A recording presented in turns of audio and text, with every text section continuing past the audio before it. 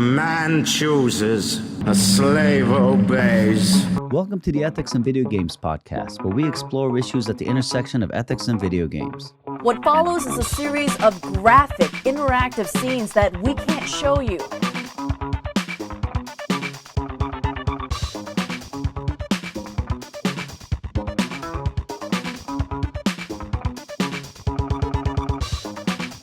This is one of those episodes where a listener of the show, Jody Berman, out there, tagged me on Facebook and said, "You got to talk about this game on your show."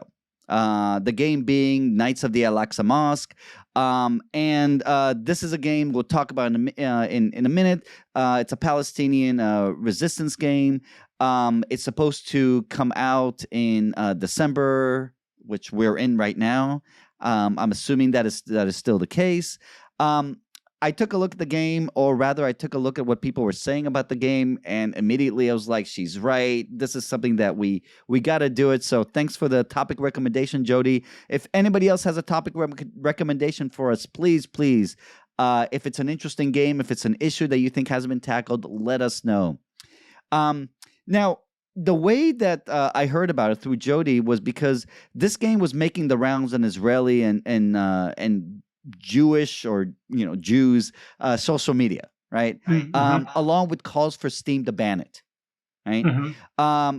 Almost everything I read from, in fact, just about literally everything I read from Israeli and Jewish media was pretty unanimous about this, right? So you have this game, a Palestinian liberation game, right? Which we'll talk about again in a moment, right? Mm-hmm. It's considered highly offensive by Israelis and Jews. They're calling for the boycott. Okay. You and I have talked about serious games on this podcast before, right? Right. And we've agreed you can make a game about anything. Yes. Right? Yeah, absolutely. No topic should be off the table just because of its subject matter. How you treat it is the important thing. Right. And, to me, having a game on the Israeli-Palestinian conflict is a fantastic thing, right? I want people to make more games about this. I want more people to think about the Israeli-Palestinian conflict. We've talked about Peacemaker a couple of times on the show, which was a project about this, began, I think, as a collaboration between Israeli, American, and Palestinian developers. Mm-hmm. This is not a Peacemaker, though. No, it is not. This is a very different take. Yeah, so I think it's important for context to say that this is an extremely indie project. Yes. Like, this is one guy working on his own. He's a Palestinian living in Brazil, and he's working on his own and making this. And it's kind of amazing how much he's done, but it's also pretty clear that it's one guy working on his own. Yeah. Doing this whole thing. In fact, I think he developed it for the PS3 and Xbox 360. He's been working on it for 10 years. Yeah, he's been sort of puttering on it for a long time. But part of it is because how big of a studio is it going to take on a project like this? That's going to be super controversial, etc. So, this is where indie developers can do something to bring their vision to the world, and that's really cool. That's right. But it's also sort of silly for, to hear about these people going, "Oh, we need to boycott this." Like, this is so indie that its only sales are going to be people who already know about it. It's not going to have any sort of advertising budget. It's not going to have any sort of real, like I can't imagine it's going to have. And yet I've heard all about it, and right. I've read it, and it's in newspapers, and, and the community that cares about it will hear about it. So, I mean, here's the idea. So the game is called Knights of the Al-Aqsa Mosque. You play as a Palestinian resistance fighter working to end the occupation of Palestine. And it's interesting because it's a game where you play someone that looks like a person that we're used to seeing as a terrorist, right? Right. Like, literally, like your avatar looks like the kind of person we kill in other games as terrorists, right? Right. And honestly, I think that's the most interesting point about it. It is really interesting that they decided to go that way, but their point is that you know, the beginning of the game says the Israelis are actually the terrorists. This person is actually the good guy, and they could have dressed him up as a regular Palestinian, right?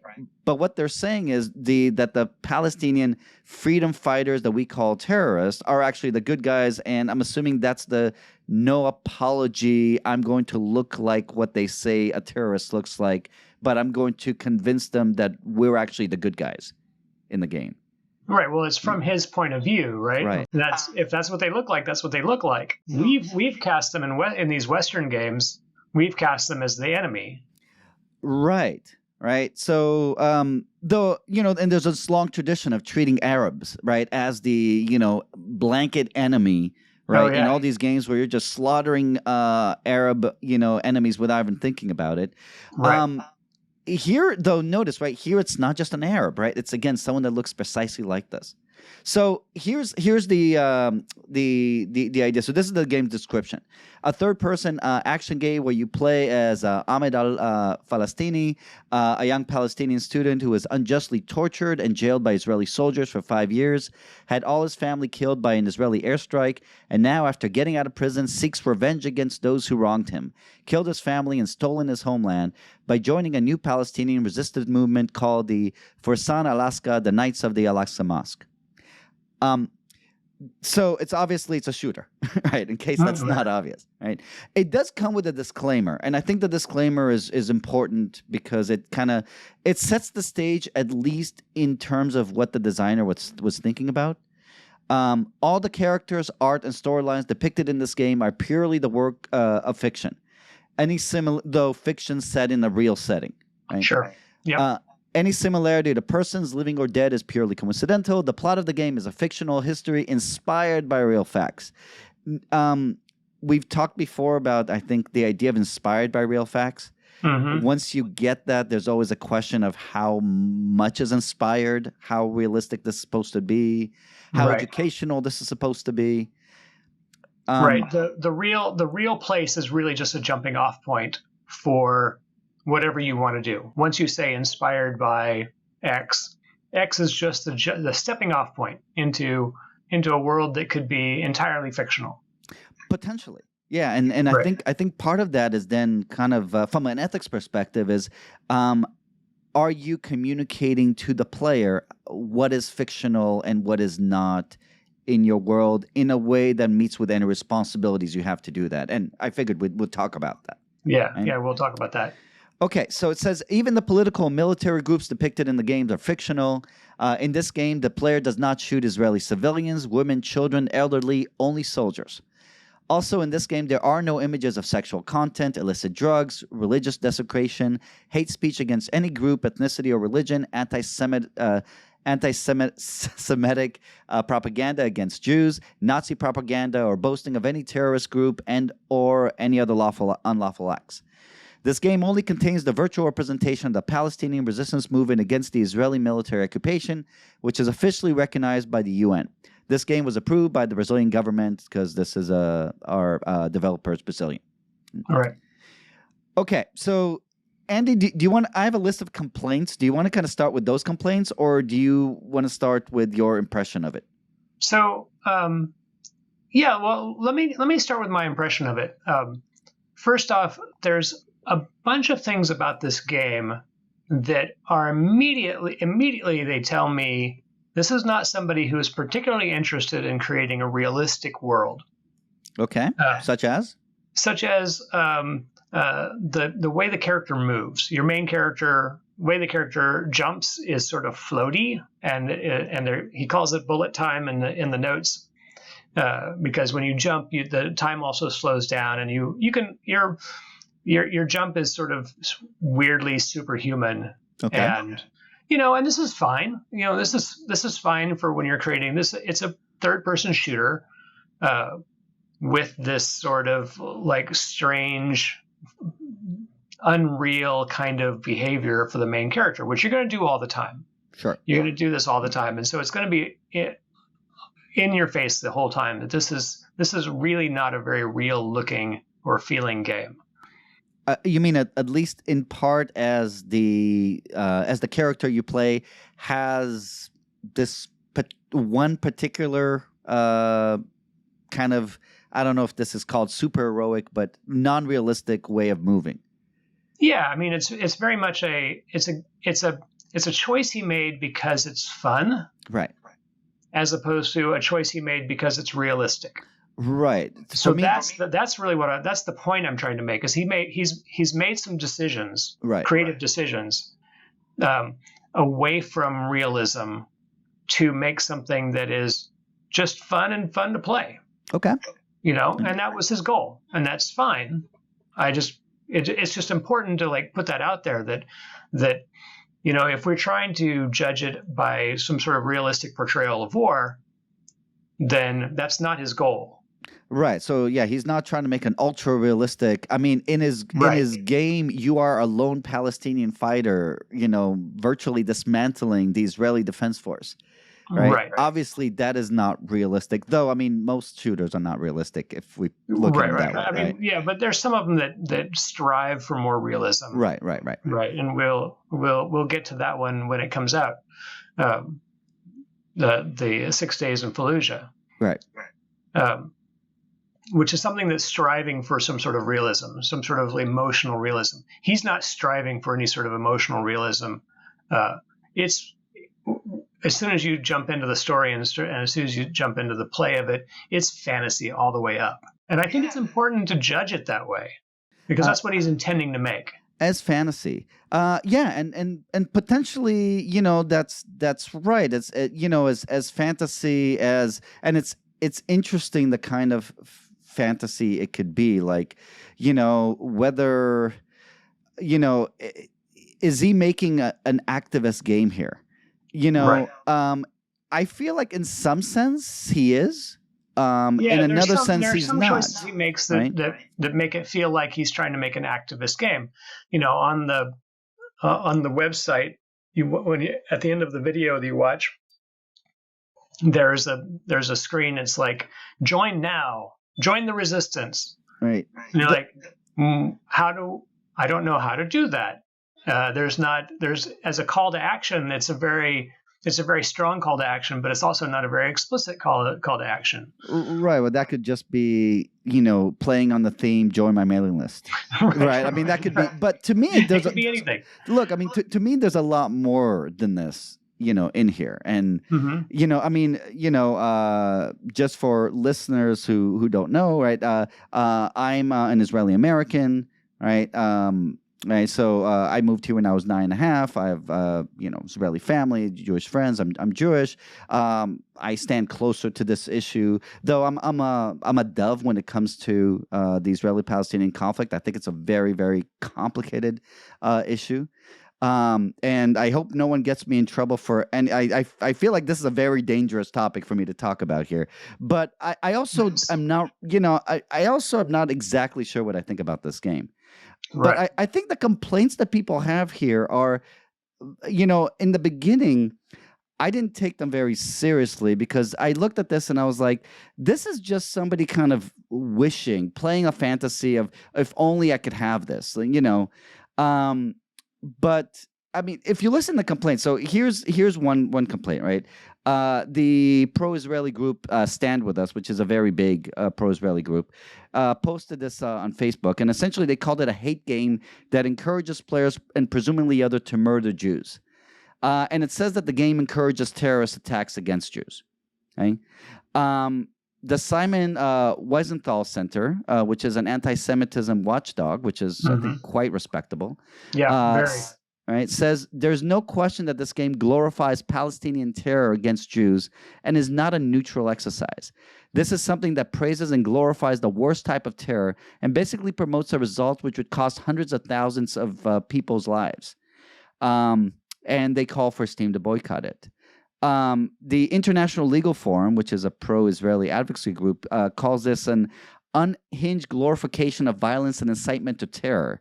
That may place Valve in direct violation of U.S. anti-terror laws because they're essentially supporting terrorism with this as a recruitment tool for terrorism. Right. This seems a very long way, right, from simply like a fantasy. So, and notice, well, except it's really not, right? I mean, fantasies do a great job of doing things like recruiting people to causes. Fantasies are great for that. Okay. So that makes sense to me. That seems like a legitimate complaint. And I don't know about the other one. I know that for Hamas, there's a very good argument that talks about it. At least being friendly to terrorist organizations, if not being a terrorist organization. They're on the list of terrorist organizations. Right? They're on the list of terrorist organizations. Yeah. Right? So whether they see themselves as terrorists or not, that's another thing. So in some ways, terrorism is in the eye of the beholder. Right. And this is one of those things that really kind of bothered me about this, about trying to say what worried me so much about this game. Because my first impression of it was, terrorism is in the eye of the beholder. If someone wants to make a game where they're telling the story of the freedom fighter, I think they should be allowed to do that because people should be allowed to tell stories. Right. I didn't think Steam should ban it. And B, in this particular context, it seems to me that certainly it's a very different context than, the kind of game where, you're ISIS and your job is the point of the game is to throw gay people off towers and to behead Shiite Muslims, and to rape Yazidi, women, right? That to me is not, to me, there's a big difference between those things, though I struggle to figure out where exactly to draw the line. Right. But there's clearly there's a lot of space between those two positions, right? A lot of space between those positions. At the same time, I think it's also really important to go back to the description, the disclaimer that this guy has, right? Mm-hmm. So notice, he's like, look, I'm not, in this game, you don't harm anybody except soldiers. And how then can you have all these complaints calling it a game about murdering Jews, a hate game, all this? And I think some of that stuff needs some explanation.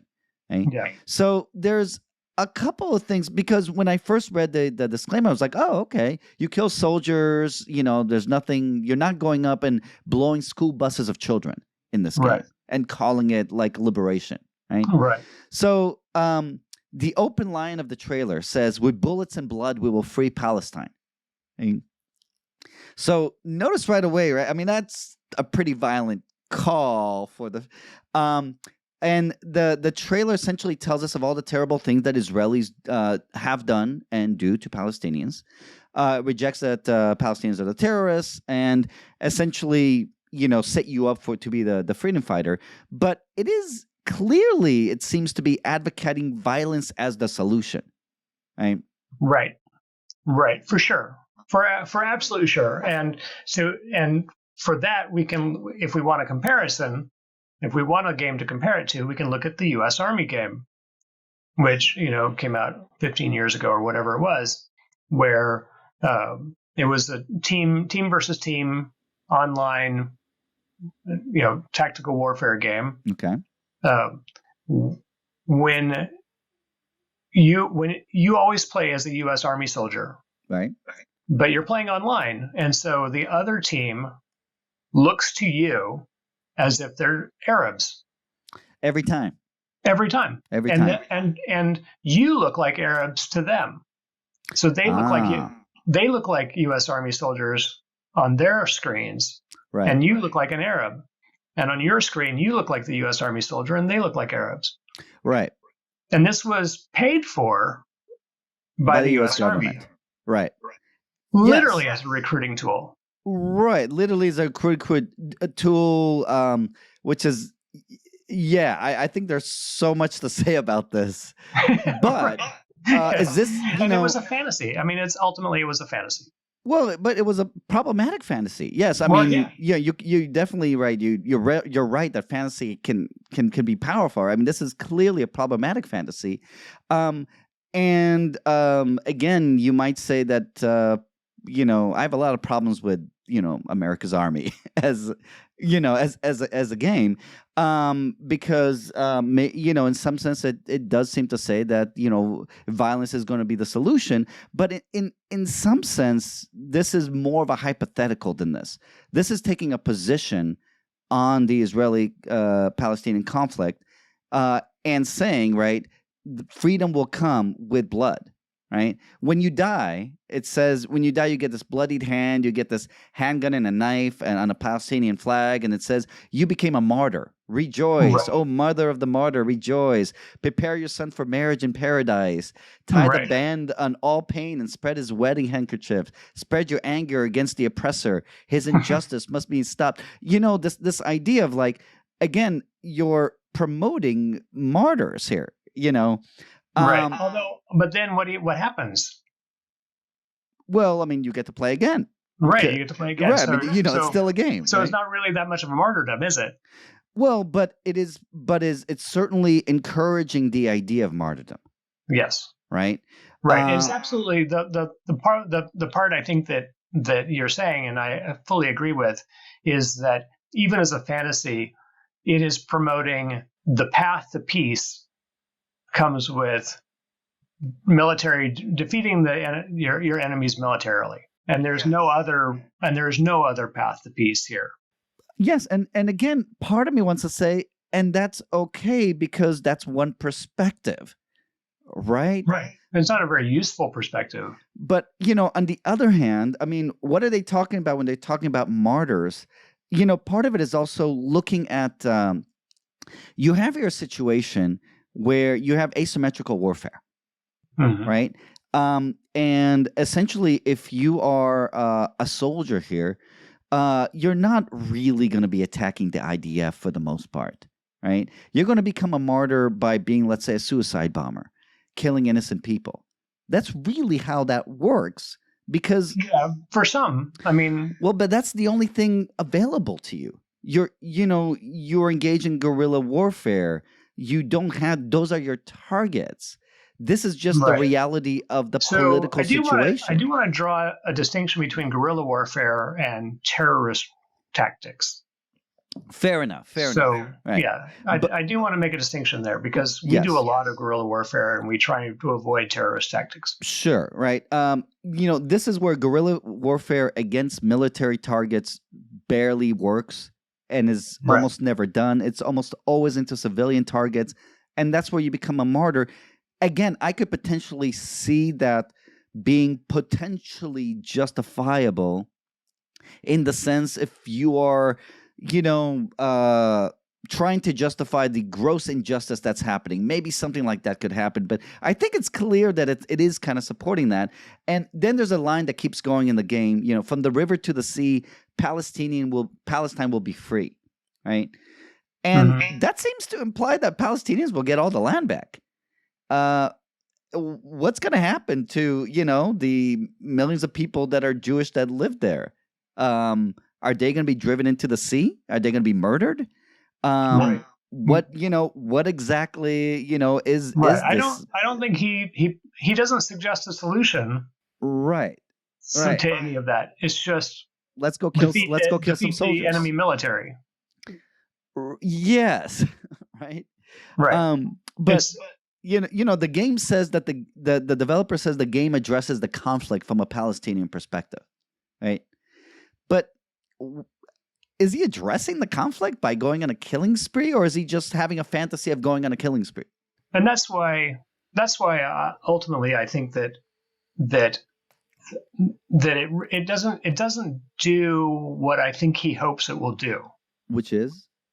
Well, I mean, assuming that because he has these he makes these creative choices from conflicting points of view, right? He wants it to be this fun fantasy thing, but he also wants it to be inspiring. Right. But when it comes to the points where it might be inspiring, it sort of falls flat. Maybe. I mean, I'm not there. It might be the simple fact of him having recast, put somebody who looks like he does in the hero position, maybe all it takes. But there's other moments, like there's a moment in one of the videos where he is broken into some sort of U.S. Israeli military compound, and he fires bullets into a bulletin board that has pictures of some military leader, some Israeli or U.S. military leader, right? And literally nothing happens. Like, it doesn't change the pictures. It doesn't do any damage to the pictures. It's just him firing bullets into something that doesn't even like show bullet holes. Well, and that's a fail. Well, that's a design fail. Like that could have been a moment. That could have been a moment, a symbolic moment, right? That ends up being the reverse of what he thinks it does, because for all of his shooting into it, nothing actually changed. All right, and maybe that's the metaphor of the game itself. I don't know, right? But at the same time, to me, this is a kind of, when we think about these kind of when we talked about 6 Days in Fallujah, when we think about these kinds of games, we talked about kind of obligations not to miseducate and not to harm, right? Not to cause harm. And I'm not sure how much, if I'm concerned about miseducation here, because there's, I don't know how many facts there are here. I really don't know anything about it. It doesn't seem like it's very loaded on facts.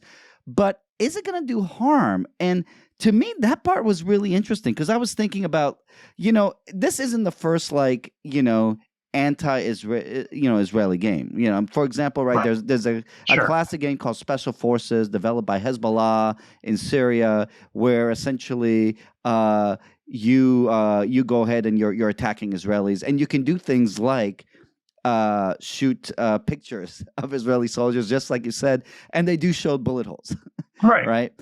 This is an old game. It was very popular because I'm imagining people in the West Bank and Gaza that want to essentially get out their own frustrations on an enemy that they kind of identify with, and there's something that could be really, enjoyable about, shooting the person that you don't like, right? Yeah. Even if it doesn't, even if you're not tearing off the pamphlet off the wall or putting a bullet hole in the picture. But at the same time, I was like, okay, so are people going to play this game and then be like, yeah, I want to join the resistance and I want to become a martyr? And my immediate thought was like, people living in like the West Bank or Gaza are not going to be like, now that I've played this game, I realize the horrors, right? Because they live it, because their lives suck, because this is a horrible situation for them, right? Right. They don't need a game to kind of tell them that. What it might do is inspire kids from Palestinian families who are living in Brazil or other places to want to go back. Right. So, this to me is the bigger concern, whether it's that or whether it's people in, other Arabs, other Muslims in other countries that are more distant, where this would set up the tone of the conflict to them. And that this would essentially encourage them to either come participate, physically, or donate money for, to organizations like Hamas for violent conflict, or even though this game is, anti-Israel, or at least anti-IDF. I mean, to me, this game seems anti-Israel. Because I mean, if you're going to talk about we're going to liberate Palestine, the entire country, that's no more Israel. So that seems clearly anti-Israel.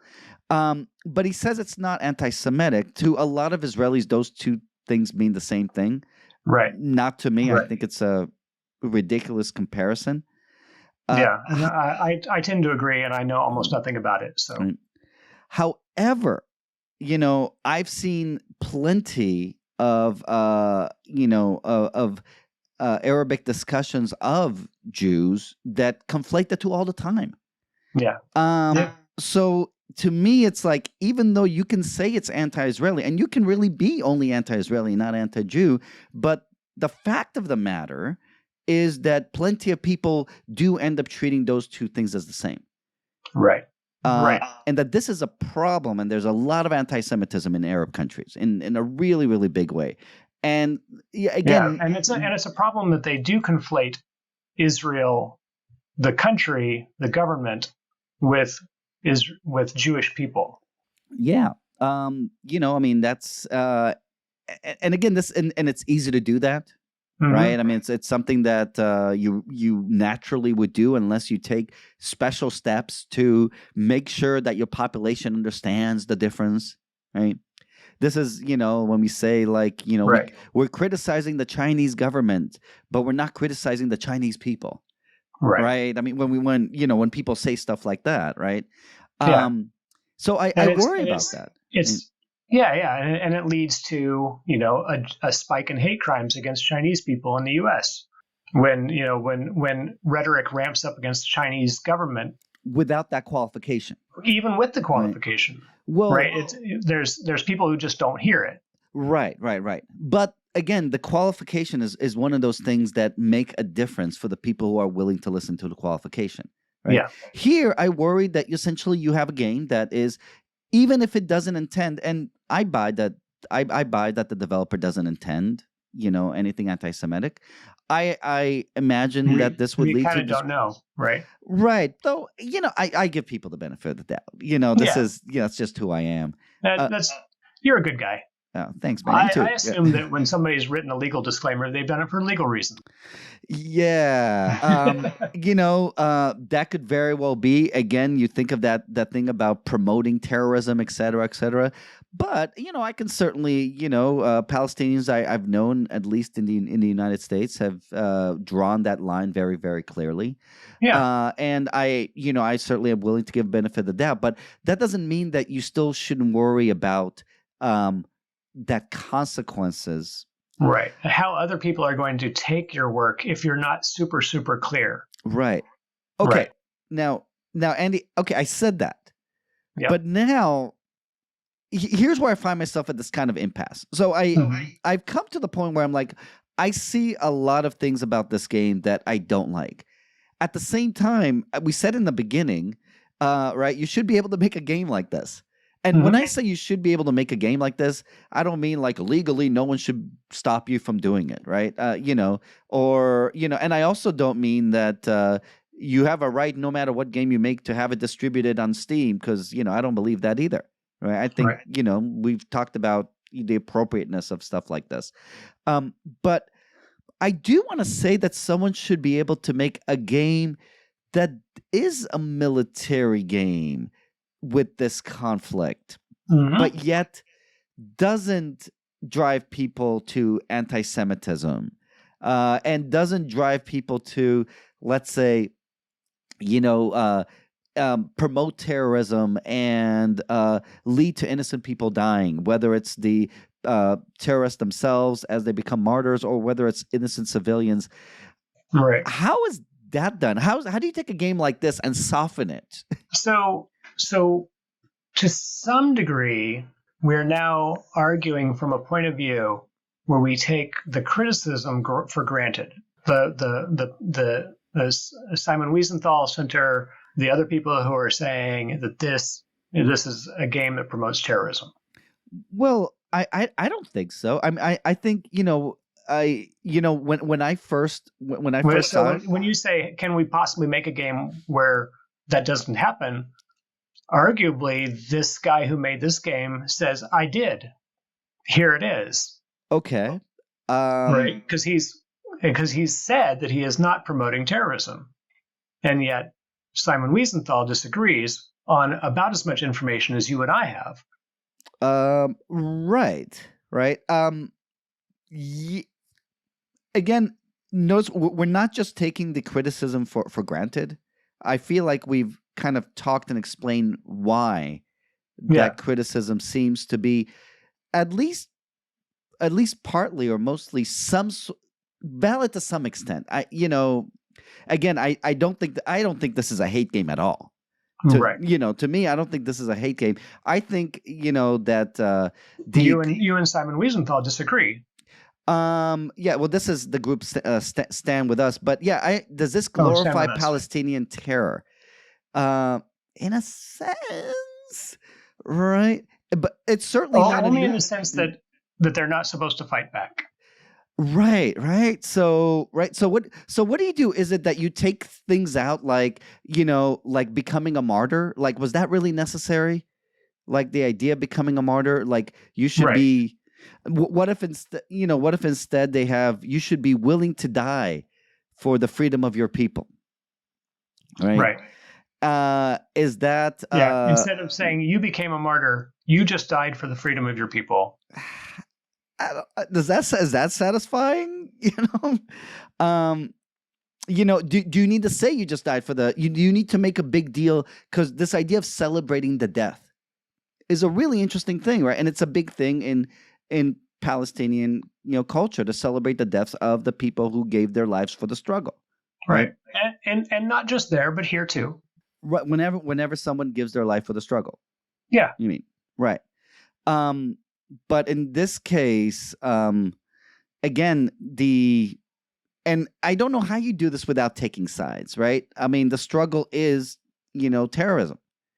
I mean, that's, in this particular context. Unless you are just doing what they're doing in the game, which is, let's say, not terrorism because they're attacking soldiers. Right. It is more like guerrilla warfare in that kind of situation.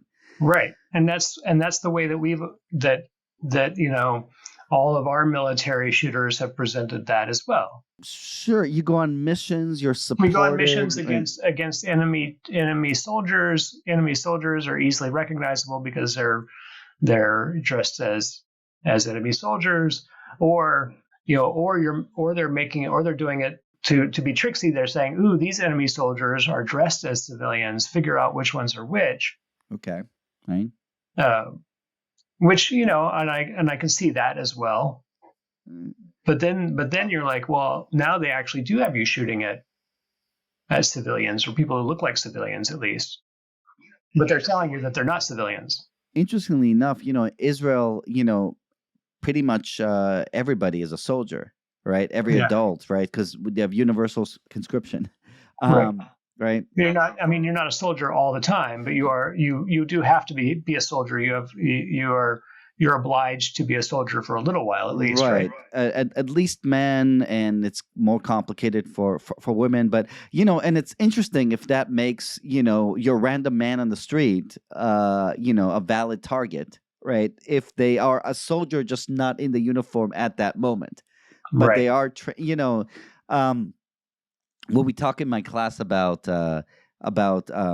just war theory, right? Sometimes we talk about who counts as an enemy, as your enemy that you can, actually target. Yeah. And this is one of those interesting kind of situations where it's really, which is really unusual, right? Where your citizens can easily. I remember my dad having like an Uzi in the closet, right? Where your innocent citizens could very easily, or at least a lot of them, turn into soldiers all of a sudden. It's interesting. Some people complain that one of the missions. So one of the missions is to dismantle the Iron Dome defense of Israel. Right. And essentially that, they claim it's a mission that if you did that, thousands of people would die.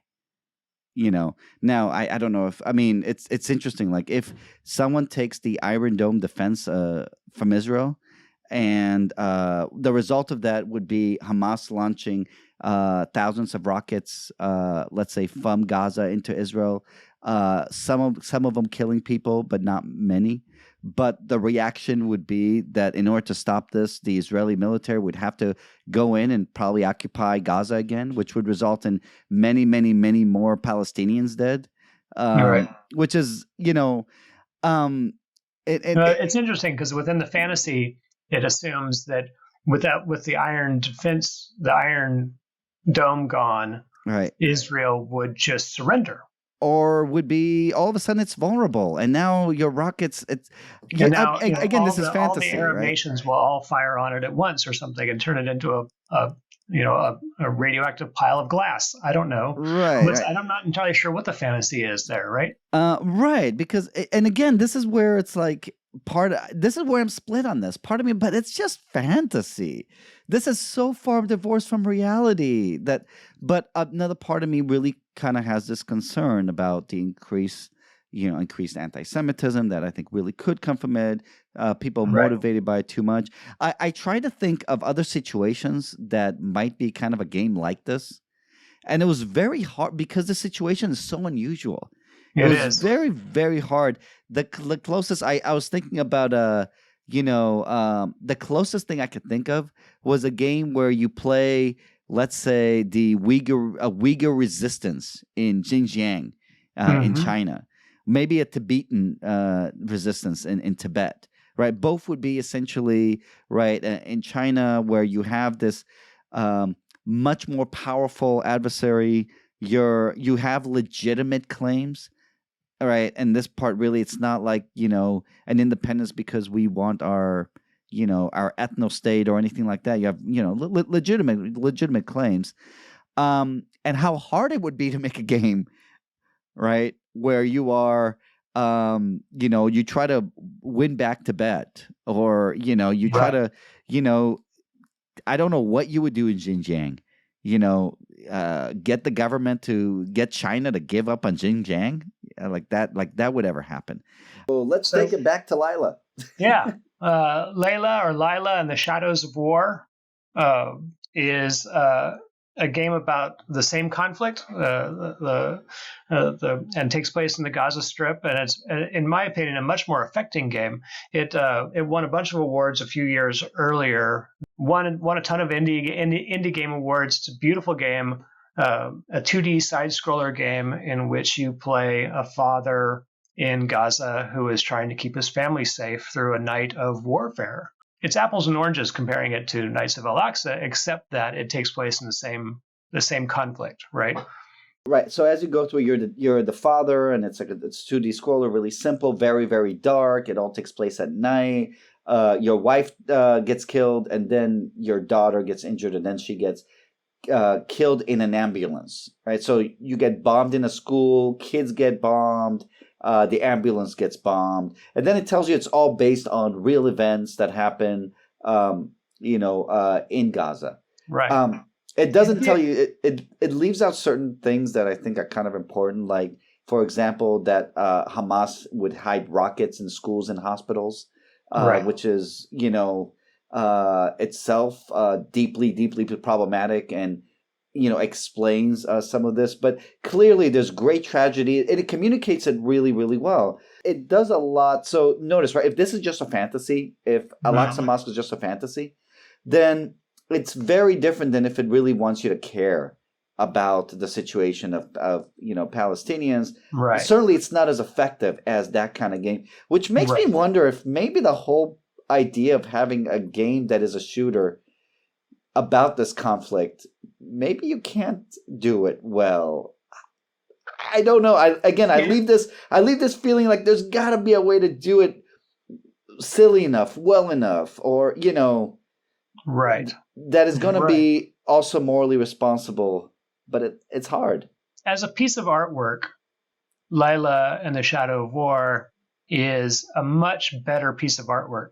It's even in some ways better at vilifying the Israelis. Oh, way better. Right? Yeah, because I think so. Of what happens in the conflict. Even though in Knights of Al-Aqsa, if you read the backstory for the character, he was a medical student who was not militarized, and then he got thrown in prison and became militarized, and his family was killed while he was in prison by Israel. And it's like everything is designed to make him the way that he is, to make the main character the way that he is. Though you don't see any of that, right? So which loses to me all the kind of power that you could have from that, from Whereas the storytelling Layla and perspective. the Shadow of War, you actually see this happen. You see the horrible things happening. Right. You're living through them. You're literally trying to avoid them, and you cannot. Well, let me just say that let me plug in Peacemaker one more time. And, I'm for games that will make you think about conflicts. I still think there's room for fantasy, but I really wish that in places where things are very serious, I think those are a place for serious games that can be thoughtful and get people to think about the issues. That's right, and I think that if you're going to take on a complicated subject, then you have to make a more complicated game. You have to tell them more. It has to be more complicated than those are the bad guys. Shoot them. But at the same time, I totally understand why somebody would want to have a game that's just a fun shooter that portrays themselves as and the people that look like them as good guys. Yeah. All right, Andy. Good podcast, man. Play nice, everybody.